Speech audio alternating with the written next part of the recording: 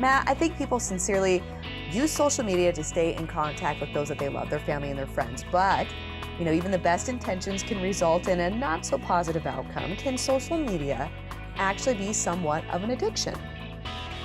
That's a funny thing because there's actually no definition or there's no actual social media addiction in the diagnostic manuals. Now, it might be coming, in the not too distant future, but as of right now, there is none.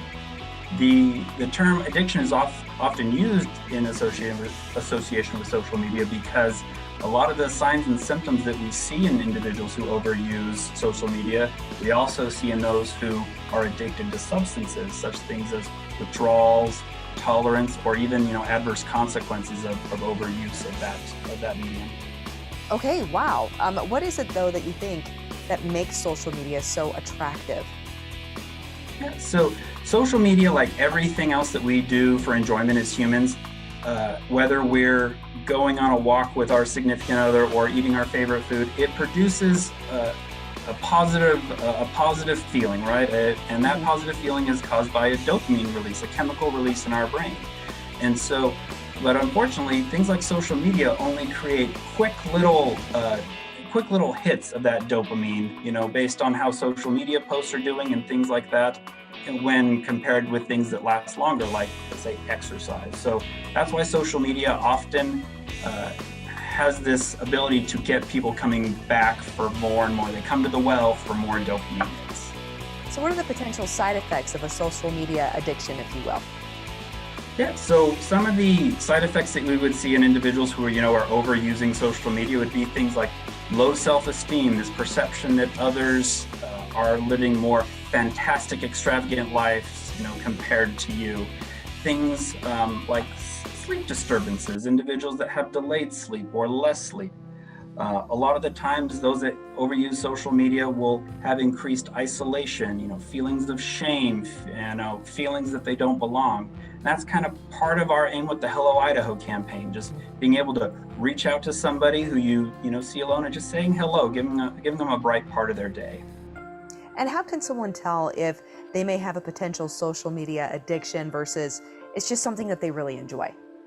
Yeah. So it's a fine line, right? It's a fine line of when we overuse something. But typically, we like to look at how is this behavior impacting your life and how is it impacting your functioning. So, you can ask yourself, hey, am I neglecting other hobbies in favor of social media? Something that I used to like to do, like playing games with friends. Do I now spend that time scrolling or social media posting? Does social media cause me regular arguments with my spouse or significant other? Is social media something that I'm thinking about a lot during the day? Is it a preoccupation, you might say? Okay, so if people are watching right now and they're like, oh my goodness, I identify with that. I think I might have a social media addiction. Can they tailor their social media use? Absolutely. Like, there's a few strategies that we use with individuals who are looking to scale back their social media usage. Things like just deleting the apps from your phone is a huge help. You'll still have access to them on your computer, but not having them on your phone kind of decreases your availability of decreases your access to those apps, and it can help decrease your time. Things like monitoring how much time you spend on social media. Because I think you'd be surprised. A lot of people are surprised when they look at the end of the day or the end of the week and like, wow, I spent how many hours on social media? What else could I be doing with that time that I wanted to do? Go on a hike, paint my room, things like that. And if there's parents that are concerned about their children's overuse of social media, there's a number of monitoring apps that can be installed onto phones and computers to help parents kind of monitor what apps their kids are accessing and how often they're accessing them. Okay, and if those tips don't help, do you suggest that someone seek the help of a professional healthcare provider, a mental health care provider? Absolutely. You can reach out to any number of mental health care providers. Even the Optum Care Line will be able to help you, as well as our Idaho Care Line at 211.